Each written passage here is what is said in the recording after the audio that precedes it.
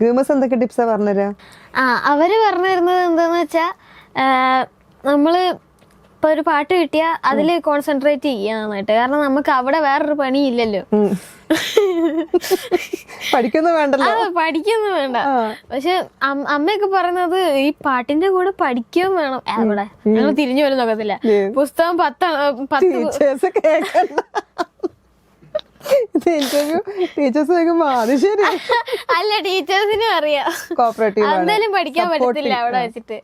തിരിഞ്ഞു നോക്കത്തില്ലെന്നല്ല, പഠിക്കാൻ പറ്റത്തില്ല. കാരണം എപ്പോഴും പാട്ട് പാട്ട് പാട്ട് അതിന്റെ പുറകെ ആയിരിക്കും. അപ്പൊ എങ്ങനെ ബാലൻസ് ചെയ്ത് കൊണ്ടുവരുന്ന പഠിത്തം പാട്ടും?